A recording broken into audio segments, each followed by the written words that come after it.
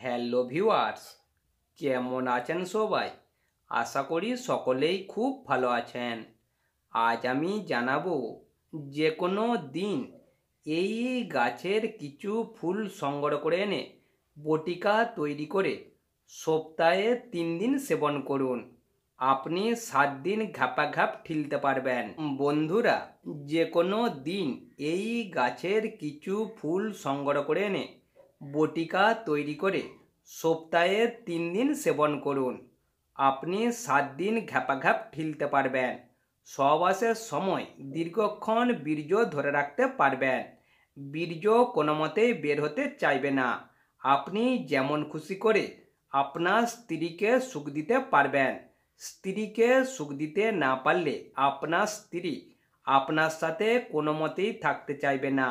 আপনাকে ঠকিয়ে অন্য কোনো মানুষের সাথে ঘনিষ্ঠ মেলামেশা শুরু করবে। আপনার করার কিছুই থাকবে না। যদি আপনি আপনার স্ত্রীকে কামসুখ দিতে পারেন, তাহলে আপনার স্ত্রী আপনার কাছেই সারা জীবন থাকবে, আপনাকে প্রচুর ভালোবাসবে। আপনি আপনার স্ত্রীকে অর্থ, টাকা পয়সা, গয়নাগাটি না দিলেও কোনো অসুবিধা নেই, কিন্তু যৌবনের কামসুখ না দিতে পারলে প্রচুর অসুবিধা আছে। যেমন আপনার স্ত্রী অন্য কারো সাথে ঘনিষ্ঠ সম্পর্ক করে ফেলতে পারে। আপনার স্ত্রী আপনাকে ছেড়ে দিয়ে অন্য কোনো পুরুষের সাথে বেরিয়ে যেতে পারে। আপনার স্ত্রী সবসময় ঘরেতে ছোটোখাটো বিভিন্ন বিষয় নিয়ে প্রচুর ঝগড়া অশান্তি করতে পারে। এই সব সমস্যাগুলি থেকে মুক্তি পেতে চাইলে এবং দীর্ঘক্ষণ বীর্য ধরে রেখে আপনার স্ত্রীকে সুখ দিতে চাইলে পুরো ভিডিওটি প্রথম থেকে শেষ পর্যন্ত অবশ্যই মনোযোগ সহকারে দেখবেন। প্রথম থেকে শেষ পর্যন্ত ঠিকঠাকভাবে না দেখলে আপনারা কখনোই ঠিক জায়গায় পৌঁছাতে পারবেন না। আর আপনি যদি আমাদের চ্যানেলটি এখনও সাবস্ক্রাইব করেননি, তাহলে প্রথমে সাবস্ক্রাইব করে পাশের ঘন্টাটি অন করে রাখুন, কারণ তার ফলে আমাদের পরের দিনের নতুন ভিডিওটি সবার প্রথম আপনি দেখতে পাবেন। চলুন এবারে মূল ভিডিওতে যাওয়া যাক। যে কোনো দিন এই গাছের কিছু ফুল সংগ্রহ করে এনে বটিকা তৈরি করে সপ্তাহে 3 দিন সেবন করুন। তাহলে আপনি 7 দিন ঘাপাঘাপ ঠিলতে পারবেন এবং দীর্ঘক্ষণ বীর্য ধরে রাখতে পারবেন। বীর্য কোনো মতেই বের হতে চাইবে না। আপনি আপনার স্ত্রীকে যেমন খুশি করে সুখ দিতে পারবেন। প্রথমে এই গাছের বেশ কিছু পরিষ্কার ফুল সংগ্রহ করে আনবেন।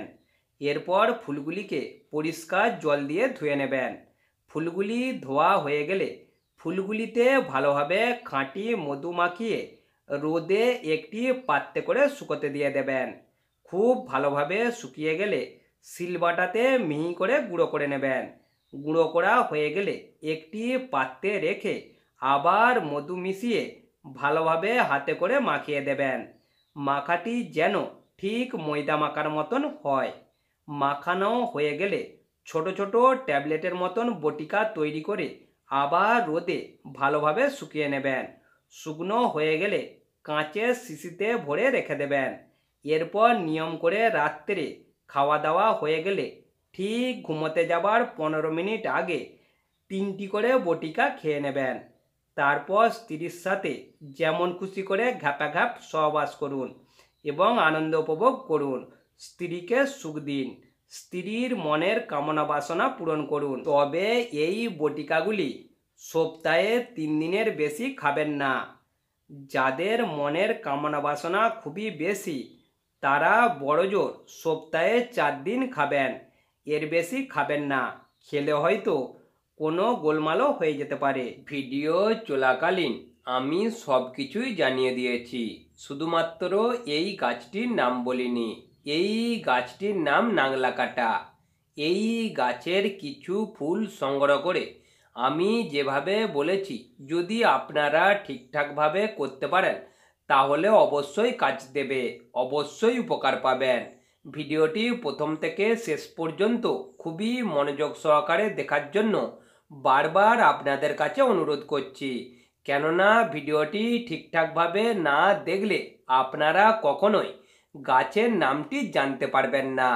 ভিডিওটি দেখে যদি আপনাদের ভালো লেগে থাকে, একটুখানিও উপকার হয়ে থাকে, তাহলে অবশ্যই একটি লাইক, কমেন্ট ও শেয়ার করবেন। কথা হবে আবার পরবর্তী এপিসোডে।